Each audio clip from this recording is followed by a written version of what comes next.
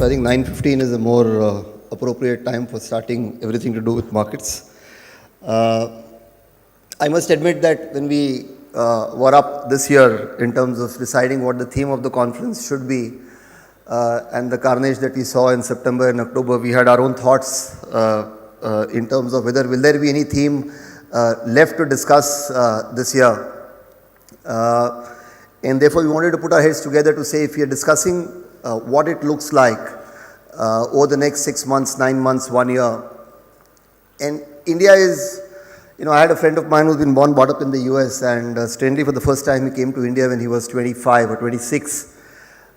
And he went to 3 different parts of India. He went to UP, and then from there he went to Bengal, and then came to Bombay, and he was meeting friends here. And he was stunned to believe or think that this is actually one country with such diverse differences of people, economies and geographies. And I was only telling him, had you stayed for 2 months in India at the stock market in September and October, then the experience of that diversity for you would have been much higher. But he joked in return and said that don't worry, if you have your demographic diversities that you talk about in India, then we also have our Mr. Trump in the US these days. So we also have extreme diversities of the market depending upon his moods. So I'll quickly, maybe in 5 to 7 minutes, tell you why we thought this theme was more relevant for us, connecting growth. We wanted to start, you can't start a conference without a quote from Warren Buffett. And I was telling Jamit, if you want to use an India example, what do we do? Because he said that Wall Street is the only place that people ride into a Rolls Royce to get advice from those who take the subway.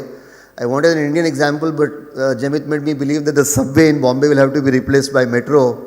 And we still have maybe 1 or 2 years more to take that example in Bombay, and therefore we stay with a US example.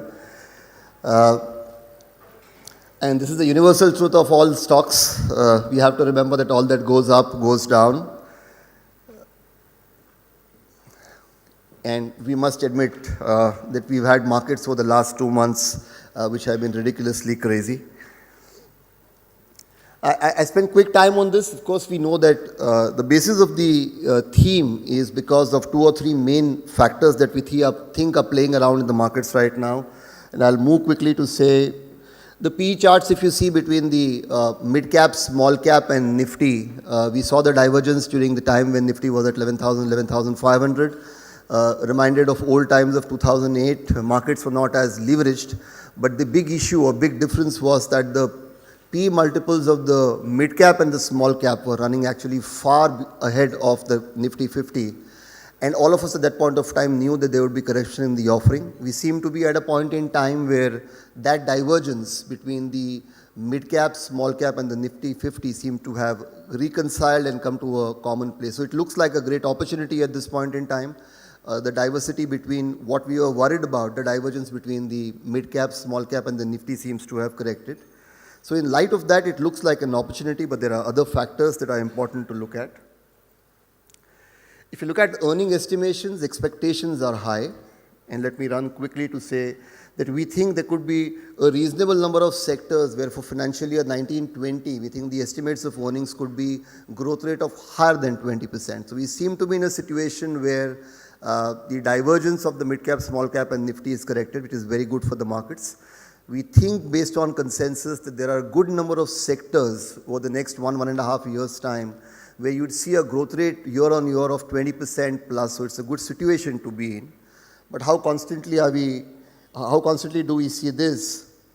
The textiles may be up and chemicals may up and power is up, but the bad news that you don't have any in your stock. So we've seen that kind of problem today where it's important to know at this point in time that if valuations look cheap, if I may use that word, if Nifty at 15 times forward right now and correction between mid cap, small cap and Nifty 50 having reached to what levels we want to, it's important at this point of time to be able to pick the right kind of stocks and more importantly the right kind of sectors first that we think will get momentum over the next 1 year's time frame. And we mustn't forget that amongst all this, the other big factor is the 10-year yields. Now you look at the 10-year yields in India, you look at 10-year yields in US, they all seem to be moving up.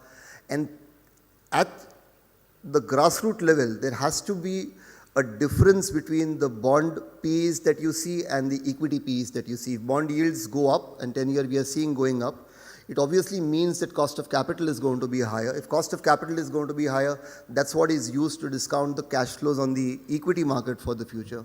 So the delta between the bond yields and the equity market are correlated, and we seem to be in a situation where that seems to be at an inflection point.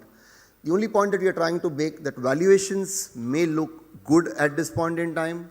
There are sectors which look like will outperform, and that's important to spot at this point of time, but overall market doesn't seem to be in a hurry to run away. So if the overall market valuations are going to be range bound, the important point at this juncture is to say, what will you pick?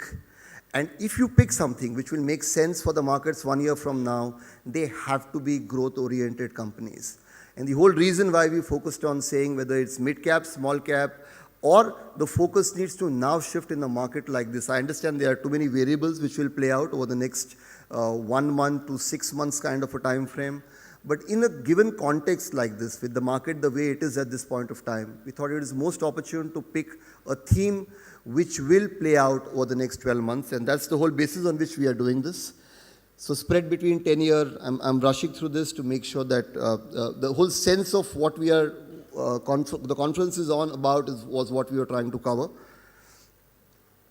So we are saying if we connect growth, why look at growing companies? It's important. Valuation of growth stocks have moderated.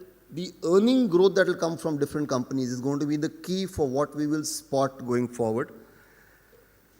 That's the difference in 2017, 18, and 19. So it looks like anything that ran in 2017, questioned in 2018, and maybe a reasonable laggard in 2019. And therefore, it's important not to go with the flow of what happened in 2017 and 18 for the next year in 2019. And therefore, bottom fishing is important. And if bottom fishing is important, then you need to pick from what you need to look at as far as the markets are concerned for the next 1 year's time frame.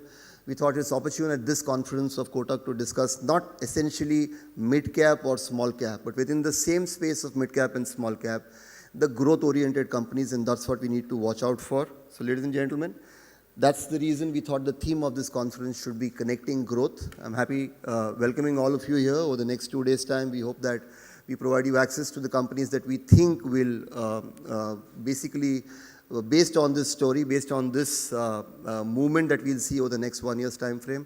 Welcome all of you, and I hope that you have a great next 2 days' time. Thank you.